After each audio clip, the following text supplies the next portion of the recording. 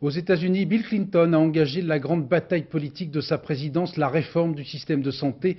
Chantier immense. En effet, pour l'instant, il n'y a pas de sécurité sociale aux États-Unis et environ 38 millions d'Américains ne bénéficient d'aucune protection contre la maladie. Reportage de notre correspondant à New York, Bruno Alba. Les Américains sont malades de leur système de santé. À la télé tous les soirs, ces publicités proposent des remèdes de cheval contre la grippe, les maux d'estomac, tous les bobos souvent sérieux qui rendent la vie impossible et empêchent de travailler.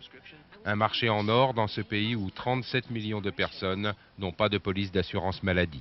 Au supermarché de la médecine, on ne se soigne pas, on tue la douleur et sans la compétence du docteur. Pourtant, les Américains ont des médecins et sans doute parmi les meilleurs du monde, mais trop souvent, faute d'assurance maladie, ils n'ont pas les moyens de prendre rendez-vous. Résultat, ce système peut transformer un mal de gorge banal en désastre financier. Le patient attend, n'a pas accès aux soins, tombe malade, attrape une pneumonie, arrive aux urgences et finit par coûter 42 000 francs au lieu de 60.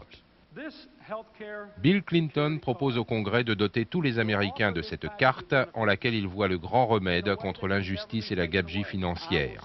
Elle garantirait à tous un accès automatique à la médecine la moins coûteuse, celle du généraliste.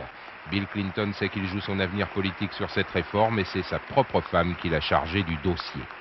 80% de la facture à la charge des employeurs, 20% à celle des patients, déductible d'impôts, simplification de la paperasserie, règle d'or, mieux soigner, soigner plus tôt et pour moins cher. Le système pompe 14% de la PNB de l'économie américaine et accroît à 2 fois plus vite que l'inflation générale du pays.